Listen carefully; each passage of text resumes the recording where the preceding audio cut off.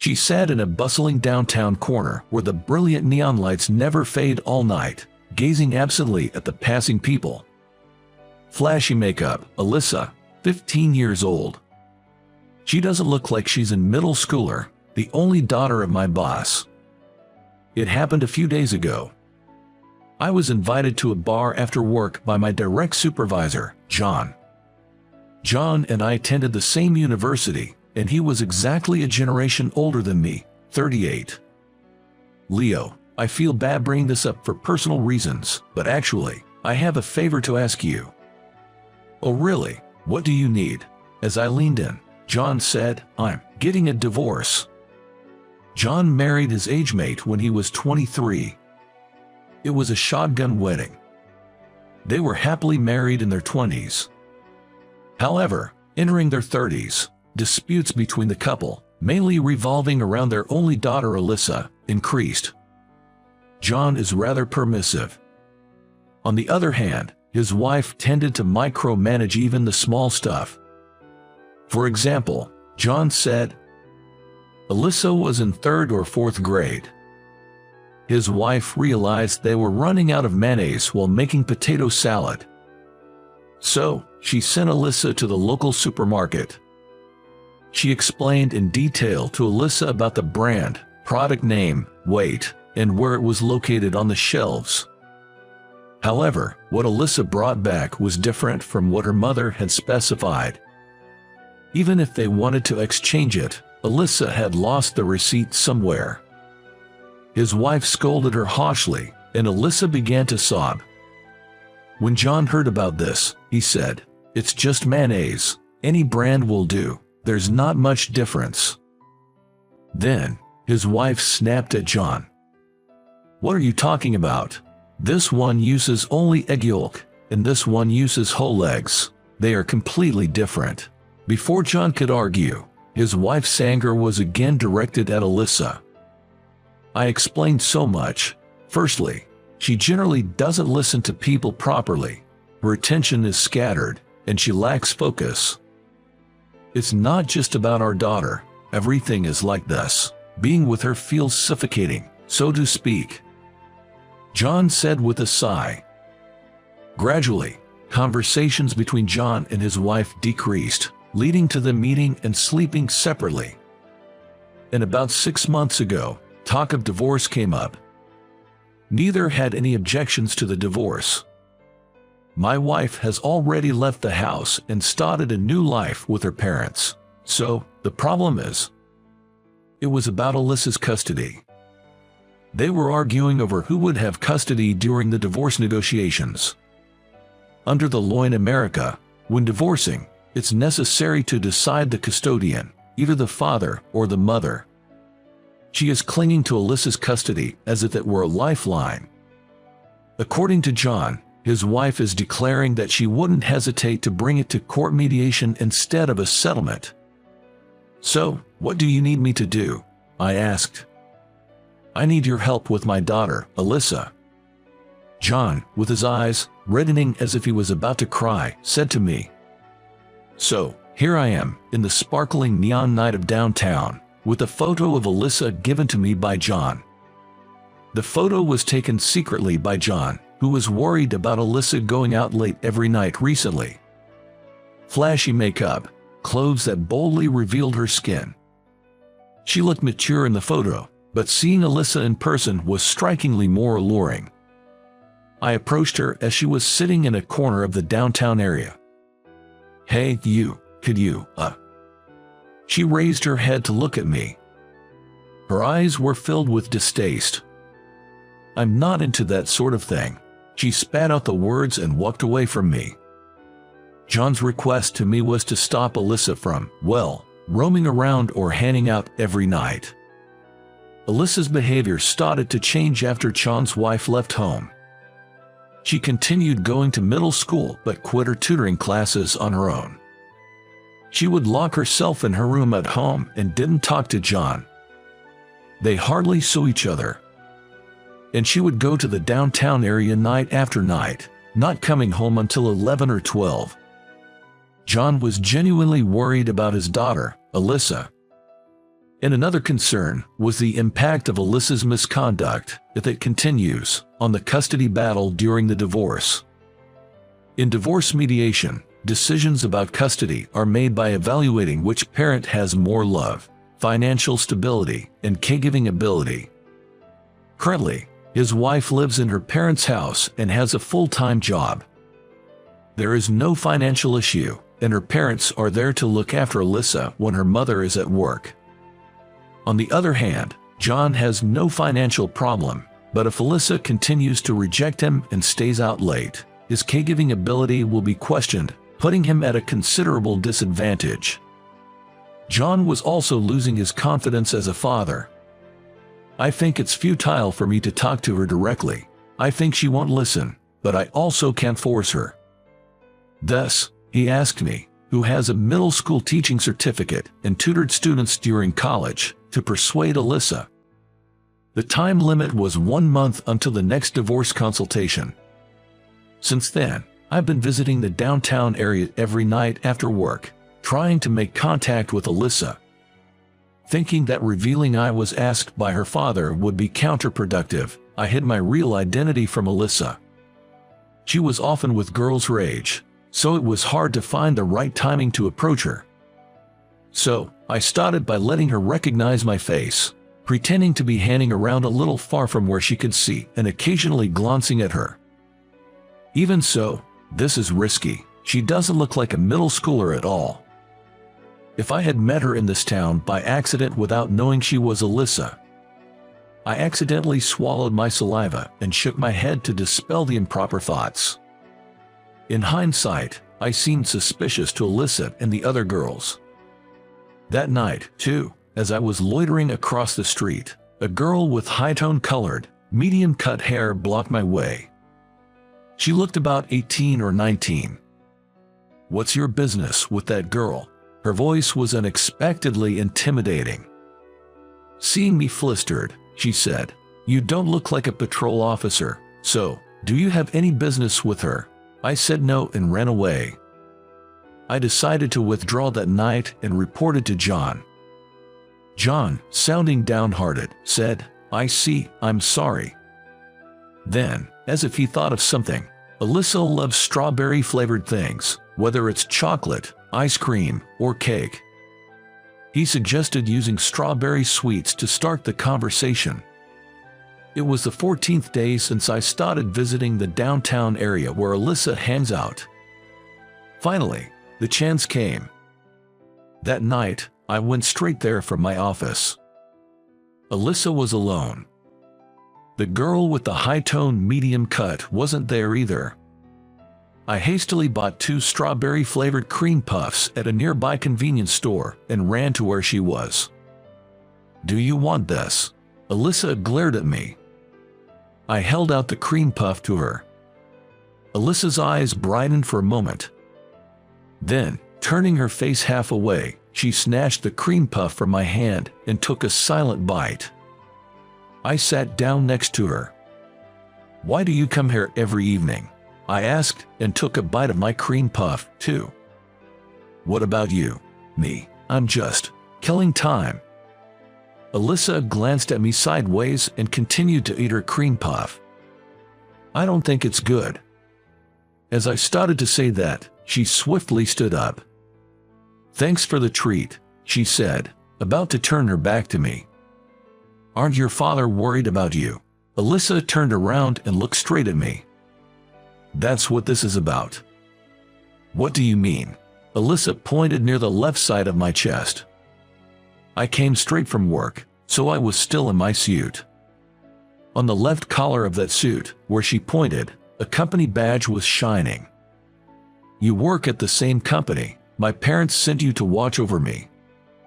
I quickly grabbed her arm. Then, I told her about how John, as her father, was worried about her, and how if things continued this way, there might be a chance they can't live together. "Your father believes you won't listen to him. That's why he sought my help," with tears in his eyes. She shook off my hand and disappeared into the city crowd. I trailed her and searched around for a while. When I returned to the original spot, she was nowhere to be found. So, it was you. I turned around to that voice. It was the high-toned woman I mentioned earlier. You seem persistent, but whatever. If you are looking for Ailey, she is with me. What is Alyssa saying? When I asked, clinging on, the high-toned Rachel replied with an exasperated face. Everyone has their own issues. That's all there is to it. I don't know anything else. That's irresponsible. When I said that, she snorted. But I have promised to send Ailey home before the last train, so I will ensure she gets home by then. Rachel said that and jerked her chin, urging me to leave. I called John. I reported that my true identity had been revealed, leaving John disappointed. The next day, I had lunch with John and talked in detail about what happened the previous night. Alyssa had returned home, right? John nodded weakly. Then he said, I guess I have no choice but to give up. Still, half a month. We have half a month left. Then, more than 10 days passed.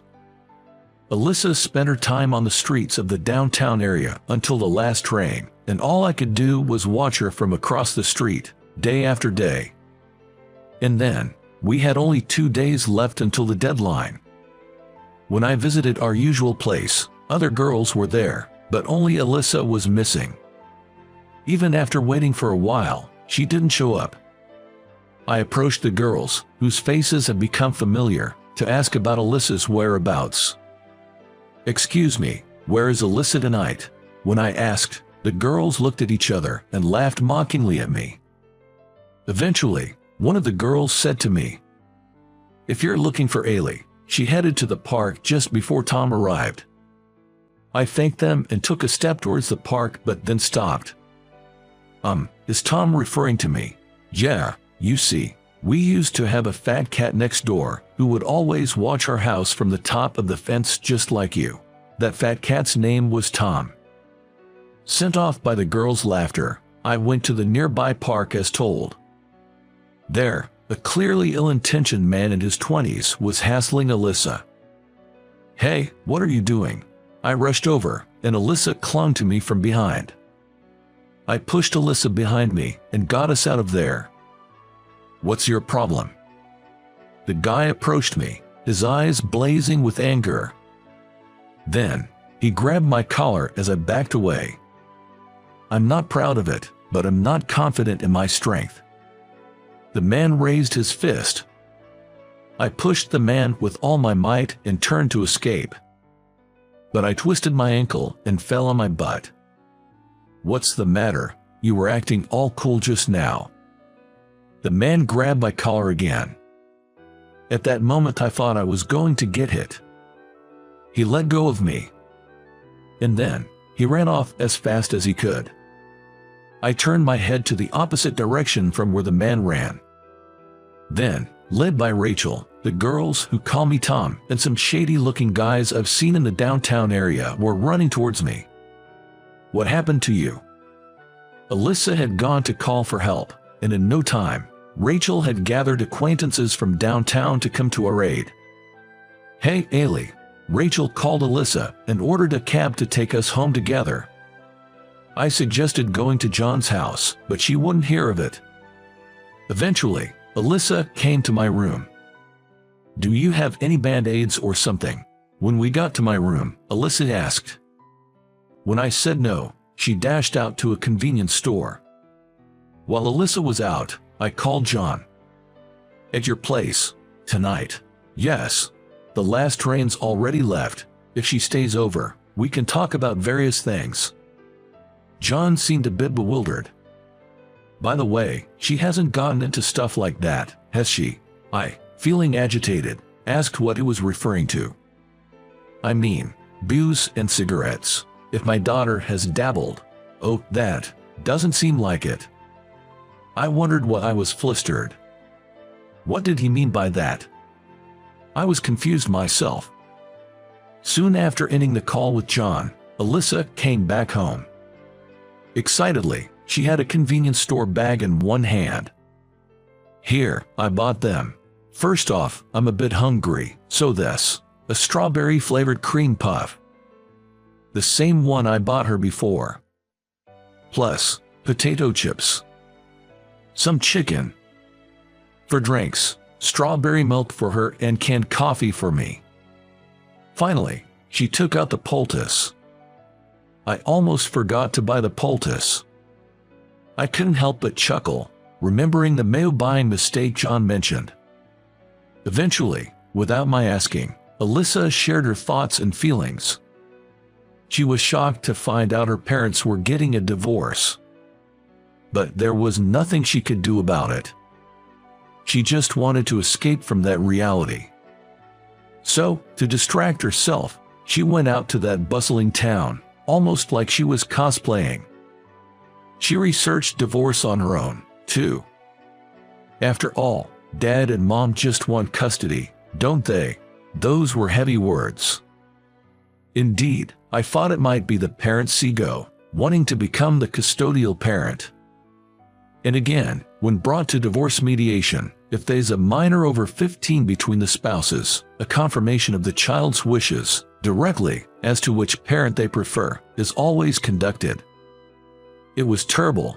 Both Dad and Mom had their flaws, but the things I loved about them were much more, for both.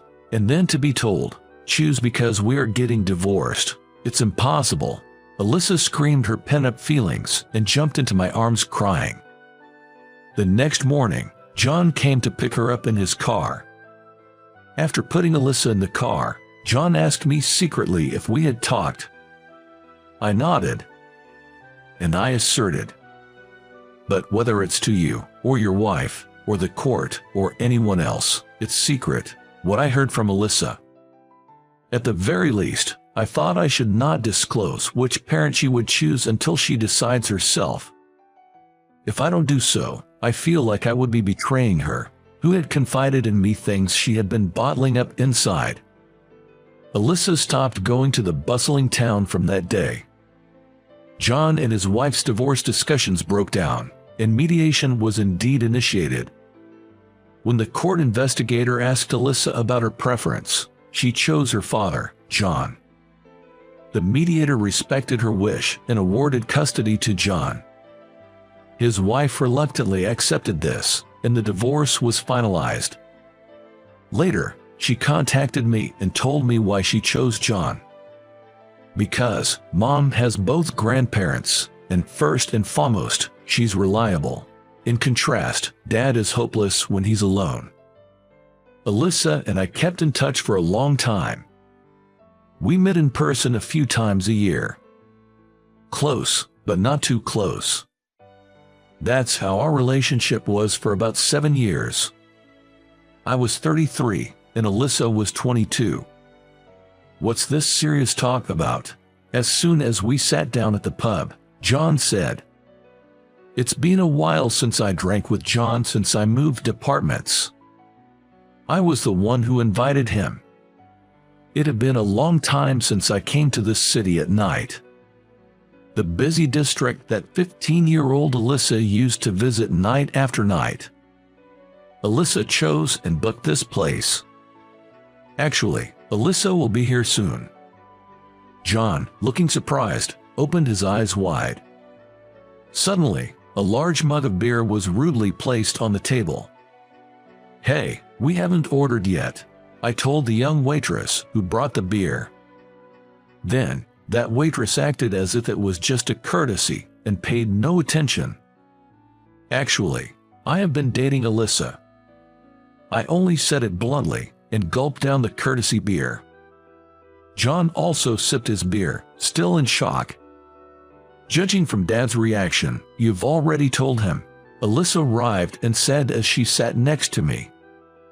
Then, the same waitress came and placed a strawberry cooler in front of Alyssa as a courtesy. She just stood there without moving. "Hey, Ailey, shouldn't we have ordered before discussing?" I looked closely at the face of the waitress who said that. "This is that Rachel." While I was surprised, Rachel winked at me. I nodded and beckoned and whispered a few words to Rachel, who came closer. "Since when?" You guys. I explained to John how even after it was decided that he would be the guardian of 15-year-old Alyssa, we kept in touch.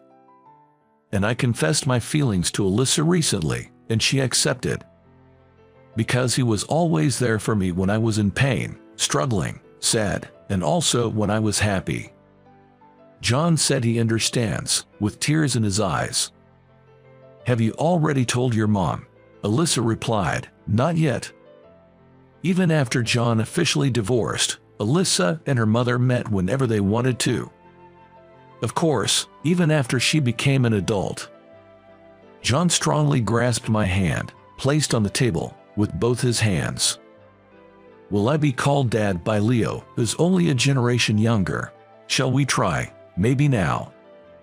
As John and I smiled at each other, not Dad, but suddenly, a granddad. John and I were stunned by Alyssa's words.